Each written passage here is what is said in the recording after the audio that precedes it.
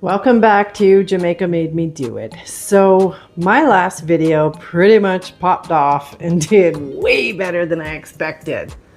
Like it kind of went viral. But inevitably with a little bit of virality comes opinions in all shapes and sizes. I mean, they're not always nice ones because this is the internet.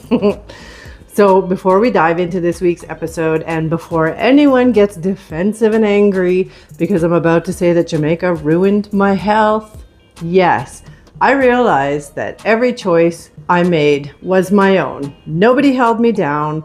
Nobody shoved a flask of rum and a pack of Craven down my throat. This was 100% on me. Notice the title says Jamaica made it easy for me to ruin my health. Okay.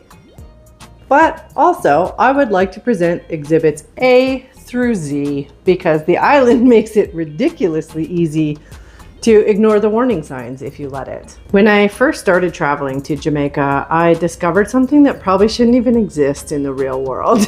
If you have never left a resort or hotel and never gone to a genuinely local bar, meaning not touristy at all, you won't know this. But you do not have to order a rum and coke by the individual single drink. Nope. You can order an entire flask of rum.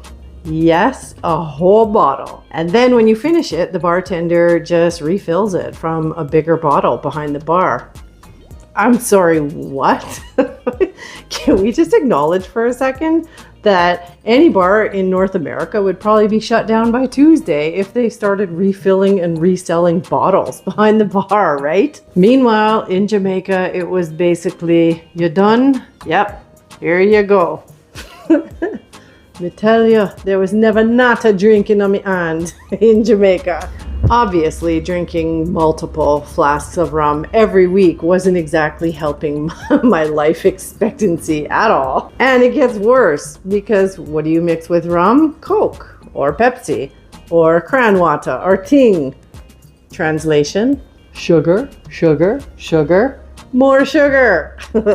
I honestly don't even know how my pancreas or my liver didn't file a formal complaint or just straight up euthanize me altogether. Like just put me out of my misery. Then there was the smoking. I was a heavy smoker back then, not ganja, just cigarettes.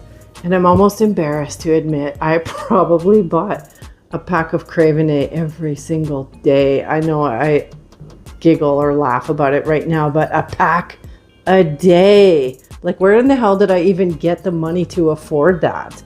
That's rich people things.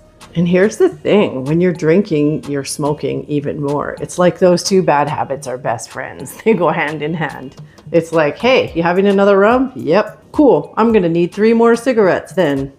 Then would come my annual physical exams back home in Canada.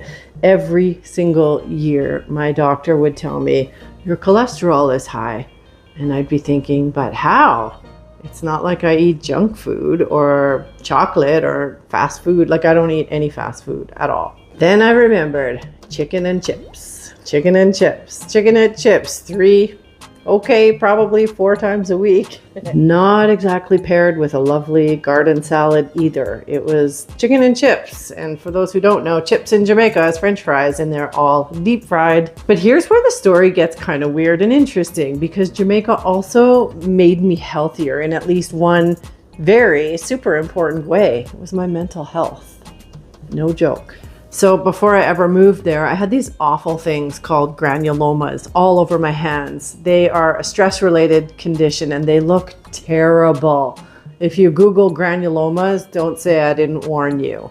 And it's not like you can hide your hands when you're living normal everyday life, right? So people would see my hands and then ask me what happened. And because explaining granulomas is exhausting and sometimes embarrassing, I would literally lie and tell people I was a burn victim because they kind of could look like burns. And they were like all over my hands. But within about 2 months of living in Jamaica, my first time, they vanished, gone. Like my hands totally cleared up.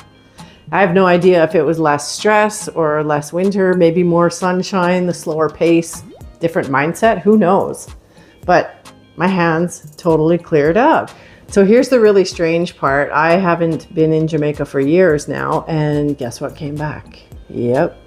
The granulomas have come back at least twice since 2020. Mind you, the last 6 years have been the most stressful and grief-filled years of my entire life. So that explains a lot. Thankfully, life looks very different these days. Everything has calmed down. I'm learning to manage my stress. Haven't had a cigarette since 2020. Haven't had a drink since 2020 either. And somewhere along the way, I even became a pescatarian. That's pretty much vegetarian plus fish. No meat. Which is kind of funny because the old version of Christy would laugh in your face if you told her she would willingly stop eating Jamaican fried chicken. If you've never had Jamaican fried chicken, it is badass. Not KFC either, just like the local cook shops with fried chicken, badass chicken in Jamaica. So will I ever eat it again? I'm not making any promises one way or the other, but also there are so many incredible vegetarian dishes in the world and in Jamaica now that I don't even miss it. So no, Jamaica didn't ruin my physical health. I did a pretty good job of that all by myself. However, Jamaica just happens to be one of the most beautiful places in the world to make a whole heap of terrible decisions. And somehow, even after all that, it's also the place where my body healed itself in ways that I can't explain. Maybe that's why I keep saying that some places don't just change your scenery, they can change your life. Now I want to hear from you. Every destination leaves us with a story or three or a million. What's one place that brought out your absolute worst habits? I want to hear it. And just let me add that Jamaica was not my worst. New Orleans was. In 2019, I went to New Orleans, and I must admit that was the catalyst for me quitting drinking and smoking for good. Nothing good went on in the Big Easy of New Orleans for me. Not a thing. We will just leave it at that. Anyways, thank you for watching this week's episode. I'm Christy, and I will see you next time here at Jamaica Made Me Do It.